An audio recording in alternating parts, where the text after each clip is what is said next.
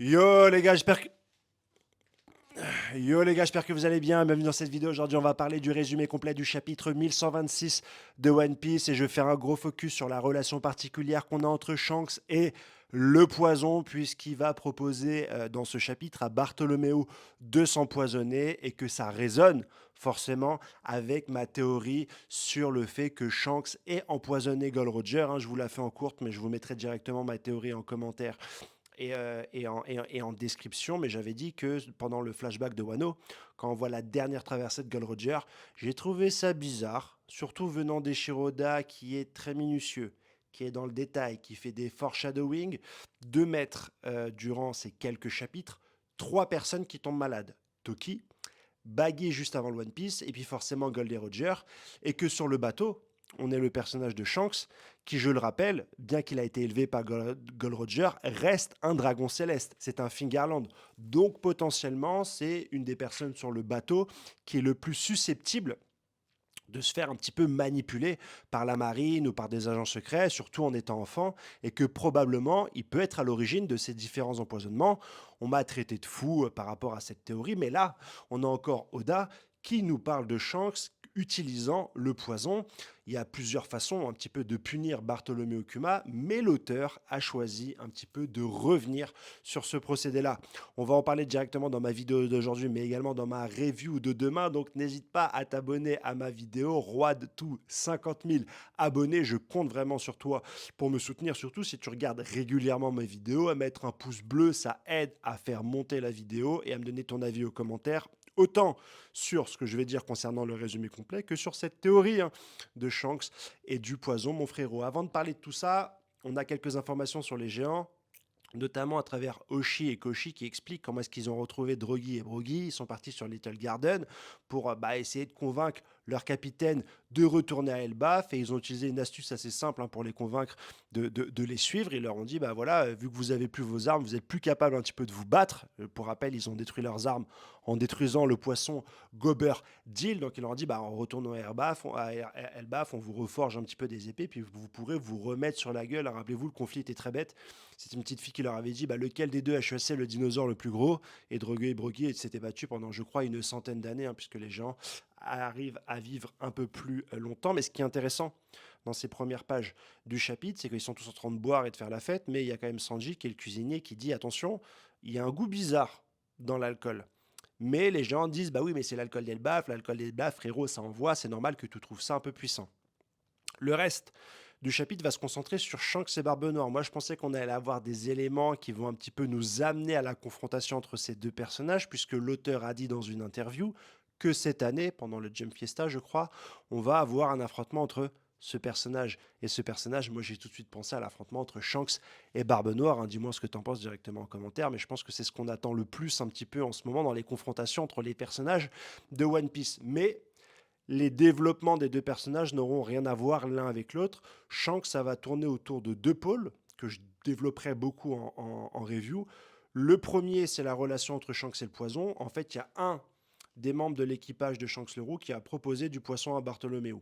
Bartholoméo est au sol, attaché, il a des bosses sur le visage, on lui a déjà pété sa gueule, mais Shanks va lui expliquer, il va lui dire, écoute, tu as cramé mon drapeau, le drapeau c'est le synonyme, la marque de ma puissance et de mon autorité, et ça protège des gens de ma flotte, des territoires qui sont beaucoup plus faibles que moi. Donc si toi, tu le brûles, tu portes atteinte à mon autorité, et donc, si mon autorité baisse, ça va mettre en danger les gens que je protège. Bartholoméo s'excuse, il dit, je suis désolé, j'ai fait le con, j'aurais jamais dû faire ça, mais Shanks ne s'arrête pas là.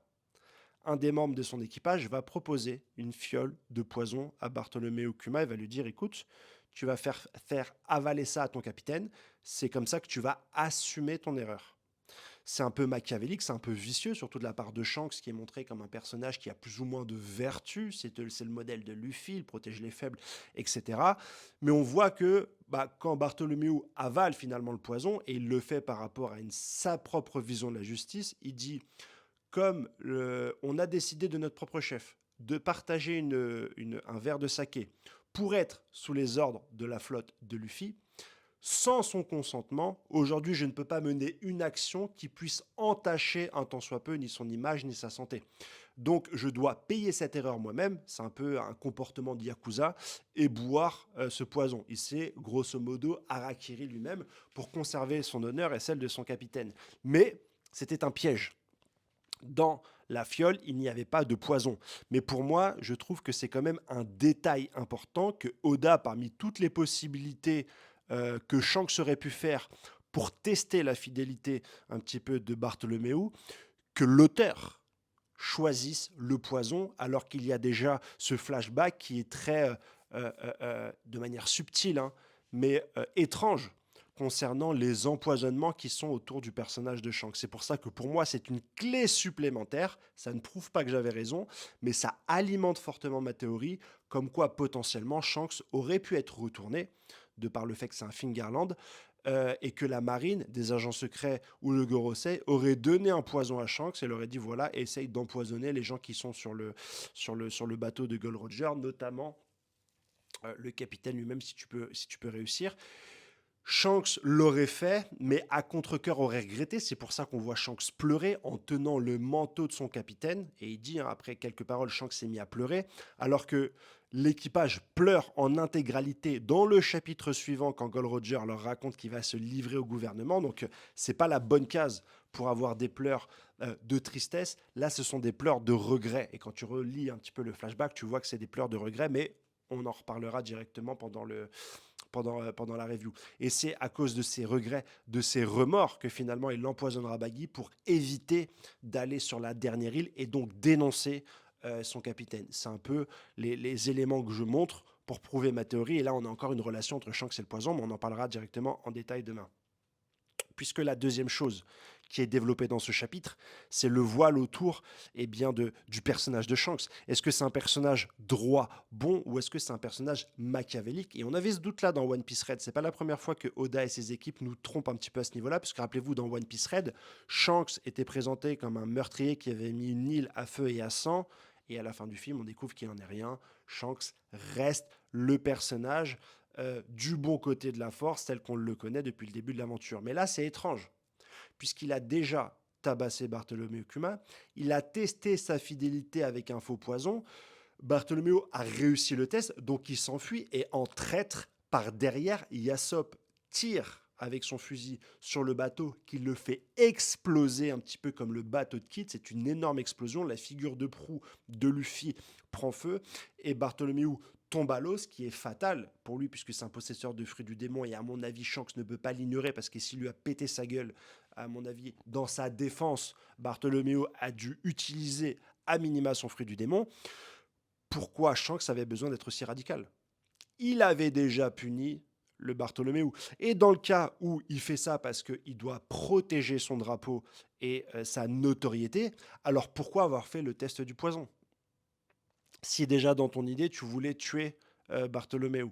Donc c'est encore ce voile autour de Shanks qui est très perturbant. Et j'étais, c'est pas pour dire encore j'étais un des seuls théoriciens, etc., mais j'ai toujours dit qu'il y avait quand même un loup autour du personnage de Shanks et que pour moi, j'aimerais qu'il n'ait pas le statut de mentor. Un statut de mentor, c'est quelqu'un qui mourrait très vite, mais qu'il ait plutôt un statut de combattant, d'antagoniste qui veuille en tout cas récupérer le One Piece. Mais on en parlera beaucoup plus précisément dans la review, puisqu'aujourd'hui c'est juste le résumé complet. On va parler également du personnage de Barbe Noire parce qu'il est très développé dans le chapitre. Il arrive directement sur la ruche et il va faire un petit peu un état des lieux de tous les événements qui se sont passés.